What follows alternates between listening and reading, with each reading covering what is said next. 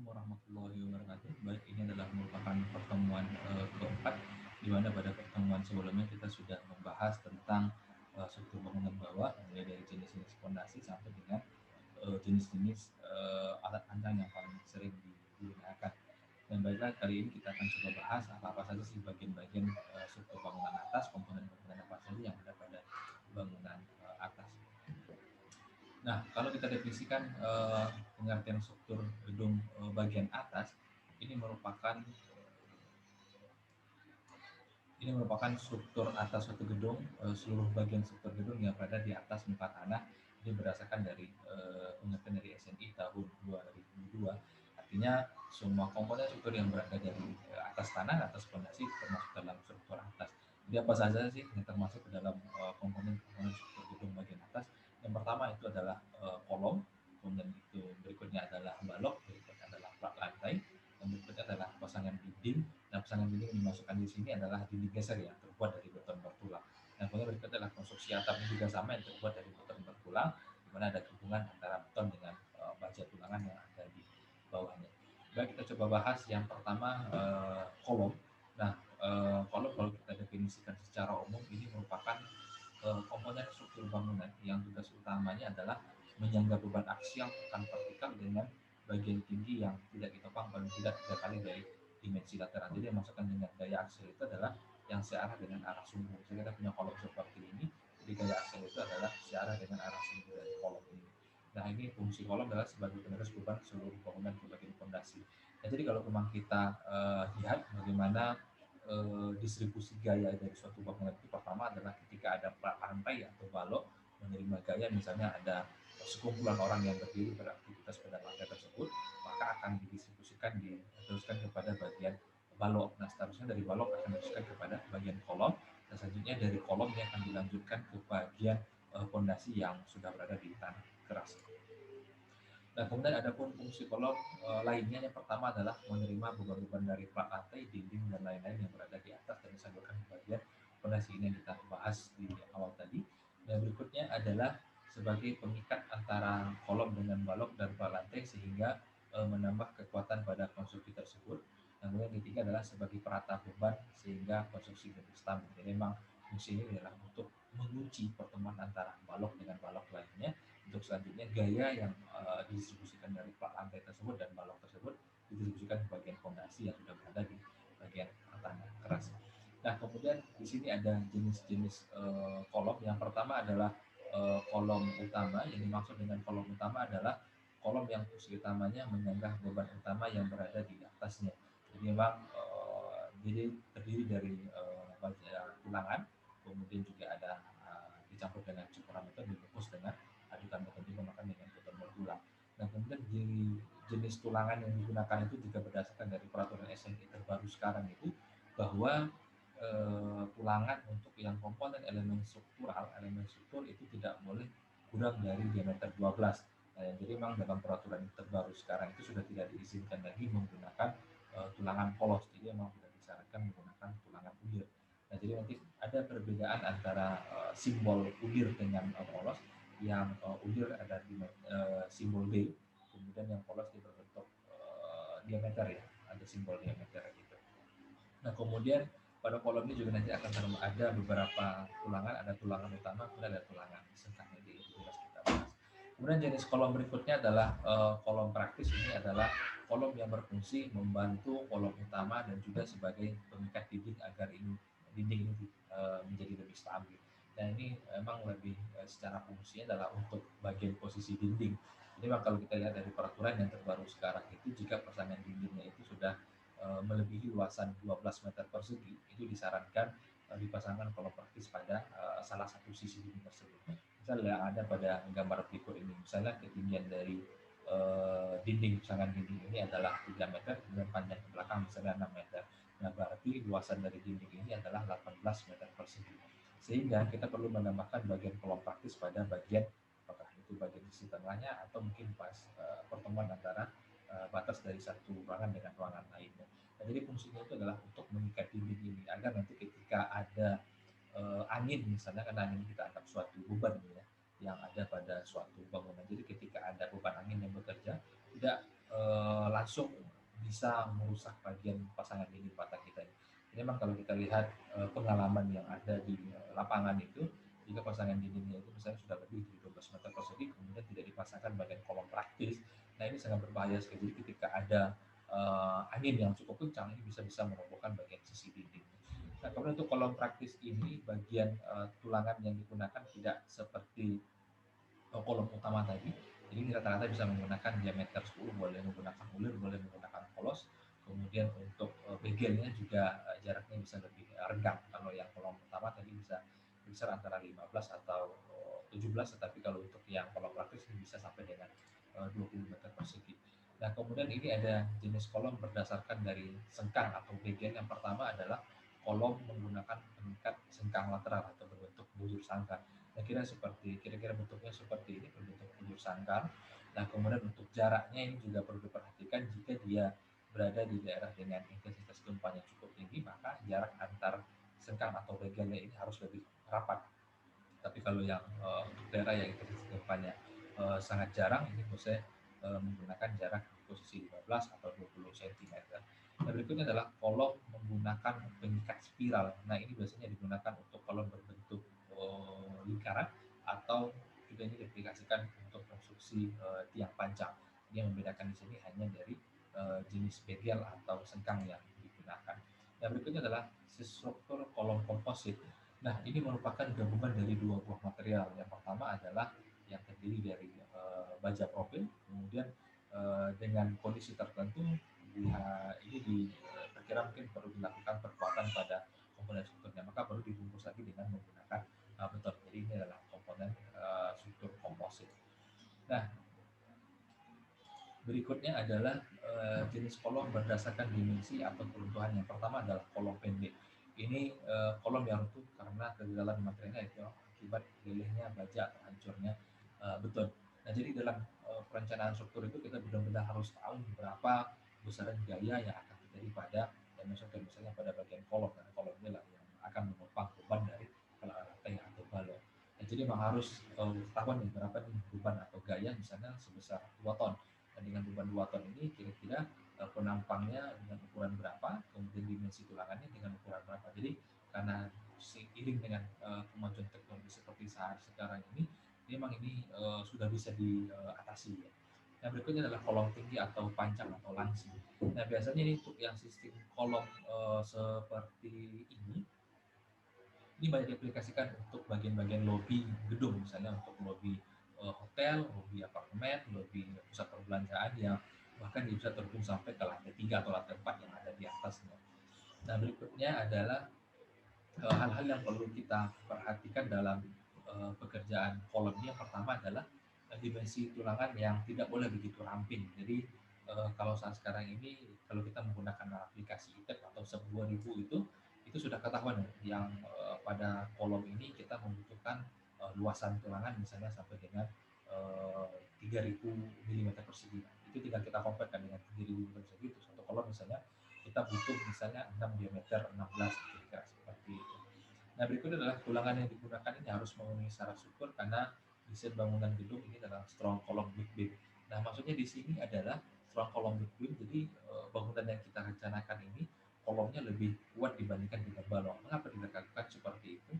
Ini lebih faktor ke dalam penyelamatan manusia yang ada dalam suatu gedung. Jadi kalau suatu bangunan itu ketika ada gempa misalnya di suatu daerah, suatu bangunan gedung, kemudian kolomnya lebih kuat dibandingkan dengan balok, artinya balok sudah mengalami ada yang bagiannya patah, tapi kolomnya masih berdiri kokoh, artinya masih ada waktu dari orang-orang yang ada dalam gedung tersebut untuk melakukan penyelamatan.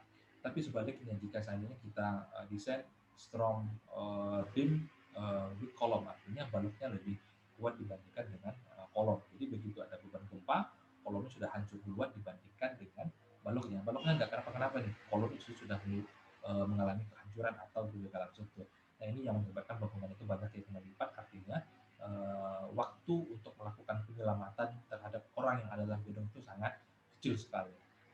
Nah, berikutnya adalah jarak antar tulangan sengkang. Ini yang kita bicarakan di awal tadi. Jika bangunan ini berada di daerah yang intensitas gempanya cukup tinggi, maka jarak antar sengkang belakangan ini perlu dirapatkan. Misalnya kita bangun bangunan di daerah Padang misalnya, itu jarak sengkaknya bisa jadi berada di 10 cm, 8 cm, 7 cm, jadi memang benar-benar harus rapat. Misalnya ada nanti yang bagian tumpuan dia lebih rapat, bagian lapangan itu boleh lebih direnggangkan. Nah, tapi kalau untuk daerah-daerah yang intensitas gempanya cukup rendah, misalnya kita di Riau ini, gaya gempa yang sampai di Cina ini baru di posisi 0,3 skala Richter, kurang seperti itu. Itu boleh direnggangkan misalnya 15 atau sampai dengan 20 jarak antar tulangan sengkaknya. Nah, berikutnya adalah basis stek pada ujung kolom untuk sambungan lantai berikutnya. Nah, ini adalah basis steknya, itu jadi tulangan yang keluar, tulangan sisa dari tulangan kolom yang ada di bawah ini perlu diperhatikan. Nah, jika kita mengacu pada peraturan SNI yang ada di Indonesia, ini harus minimal ini 40 kali D, artinya 40 dikalikan dengan diameter tulangan. Misalnya kita menggunakan tulangan dengan diameter 16, berarti sisa besi stek yang keluar dari lantai 2 ini sebesar 40 dikalikan dengan 16 lebih kurang 64 cm. Nah, berikutnya adalah backisting ini dipasang rapat dengan posisi siku. Ini nanti agar saat melakukan pengocoran backisting atau mal ini tidak mudah pecah ya, jadi ketika sudah beton itu dimasukkan. Nah, pengocoran dilakukan dengan baik sebaik mungkin, memang disarankan menggunakan secara bertahap, dilakukan 3 tahap, masukkan sepertiga dulu ke pokok supaya lebih padat, masukkan lagi sepertiga sampai nanti dengan penuh. Nah, kemudian ini adalah langkah-langkah dalam pengerjaan kolom. Yang pertama adalah mengenai pembersihan dari kolom. Nah, jadi tahapan pembersihan itu ada beberapa metode yang sering diaplikasikan di lapangan itu. Metode pertama adalah dengan menyatukan tulangan kolom ini terhadap tapak yang ada di bawahnya. Jadi tidak ada pemotongan tulang. Jadi antara tulangan tapak menyatu dengan tulangan kolom yang ada di atasnya. Dan metode kedua yang juga sering digunakan adalah melakukan besi stek dari tapak. Jadi masukin tapak dulu, kemudian dikeluarkan besi stek mungkin hanya di posisi 1,5 atau 2 meter, dan dicor tapaknya dulu, baru nanti dilakukan penyambungan tulangan lagi. Ini apakah ada yang salah, ada yang tidak? Tidak. Semua metode ini bisa digunakan dengan catatan memperhatikan ukuran dari besi stek yang keluar. Nah, langkah berikutnya adalah pemasangan backisting atau mal. Nah, jadi kalau kita lihat pada gambar yang ada di sini, itu di bagian sisi kolom dipasangkan bagian-bagian kayu. Jadi backisting ini ada yang terbuat dari plat baja, ada yang terbuat dari kayu atau multiplex. Jadi memang ini dikunci serapat mungkin agar nanti pada saat melakukan pengocoran tidak ada bagian yang pecah atau keluar dari bagian mal atau backisting ini. Nah, berikutnya adalah proses pengocoran. Nah, pengocoran ini ada yang menggunakan manual, misalnya dengan metode dari satu orang mengopor misalnya beton menggunakan ember, masukkan ke dalamnya. Jadi dimasukkan ini sepertiga dulu, sepertiga ini diketok-ketok, kemudian pindah lagi ke kolom berikutnya, diketok sepertiga, pindah lagi ke kolom berikutnya. Jadi disarankan tidak langsung melakukan pengocoran sampai penuh, itu bahaya sekali karena ada indikasi nanti bisa beton ini bisa, karena sifat beton ini panas ya. Jadi kalau langsung dilakukan pengocoran penuh pada satu kolom ini bisa-bisa nanti mal atau backisting ini bisa pecah, bisa meledak. Dilakukan secara bertahap, misalnya per 3 lapis. Nah, berikutnya adalah pembongkaran backisting. Nah, kalau untuk kolom disarankan minimal ada 3 hari ya, karena sudah 3 hari baru dilakukan pembukaan bagian mal backisting ini. Nah, kemudian berikutnya adalah perawatan dari mutu beton. Nah, kalau untuk kolom, perawatan ini biasanya ada 2 metode. Pertama dengan melakukan penyiraman secara berkala pada bagian kolom. Kemudian yang kedua adalah dengan membungkus kolom ini dengan tarpal ataupun karboni yang kain itu. Nah, fungsi dari perawatan mutu beton ini adalah untuk menjaga kadar air yang ada di dalam beton ini. Walaupun dari luar ini masih kelihatan, sudah kelihatan sangat keras sekali ya. Nah, tapi di dalam ini masih sangat lunak. Seperti kita melihat agar-agar ya, dari luarnya itu kelihatan keras, tapi dalamnya sangat lunak sekali. Nah, seperti itulah untuk pekerjaan kolom. Nah, kemudian yang kedua adalah elemen struktur balok yang juga termasuk pada bangunan atas, struktur bangunan atas. Ini merupakan bagian struktur yang digunakan sebagai dudukan lantai dan pengikat kolom lantai atas. Jadi fungsinya adalah untuk mengikat antara satu balok dengan balok lainnya, kemudian juga pertemuan antara kolom dengan balok ini kunci. Nah, ini adalah persyaratan balok menurut PBBI tahun 1971. Yang pertama, mengenai lebar badan balok ini tidak boleh diambil kurang dari 1/50 dari kali bentang. Misalnya panjang bentang kita 5 meter misalnya, tidak boleh kurang lebar dari balok itu 1/50 dari panjang bentangnya. Yang kedua adalah untuk jenis baja tulangan atau diameter pengenali batang tulangan. Untuk balok tidak boleh diambil kurang dari 12 mm. Yang kita bahas di awal tadi bahwa diameter tulangan itu tidak boleh menggunakan diameter di bawah dari diameter 12. Memang sekarang 12 itu tidak boleh yang polos, harus menggunakan diameter 12 yang ulir. Nah, berikutnya adalah tulangan tarik ini harus disebar merata di daerah tarik maksimum dari penampang. Yang berikutnya adalah pada balok-balok yang lebih tinggi dari 90. Nah, ini adalah PBI tahun 71 ya, tapi peraturan terbaru sekarang jika tinggi dari balok kita itu sudah melebihi dari 45 cm, itu disarankan ada tulangan tingkat, tulangan sampingnya. Nah, untuk diameternya boleh lebih kecil daripada tulangan utama. Misal tulangan utamanya menggunakan diameter 16, untuk tulangan 3 ini boleh menggunakan diameter 12. Yang berikutnya adalah pada balok ini senantiasa harus dipasang sengkang atau bagian juga sama perlakuannya. Jadi pada bagian tumpuan itu dia lebih rapat, bagian lapangan dia sedikit lebih rendah. Nah, kemudian ada hal-hal yang perlu diperhatikan untuk pekerjaan balok ini. Pertama adalah tulangan yang digunakan harus melalui perhitungan suhu dan juga sama dengan tulangan yang ada pada bagian kolok tadi. Yang berikutnya adalah jarak penggunaan sengkang harus diperhatikan karena akan berpengaruh terhadap daya geser. Ini juga sama, untuk intensitas gempa yang tinggi maka jarak sengkangnya dirapatkan, kemudian intensitas yang cukup rendah ini boleh diregangkan. Nah, ini kemudian ada bagian tumpuan dan lapangan. Pada bagian tumpuan ini lebih dirapatkan, bagian lapangan atau bagian tengah betah ini boleh sedikit diregangkan. Nah, berikutnya adalah pekerjaan backlisting ini dilakukan serapat mungkin dengan mengolesi oli pada permukaan backlisting terlebih dahulu.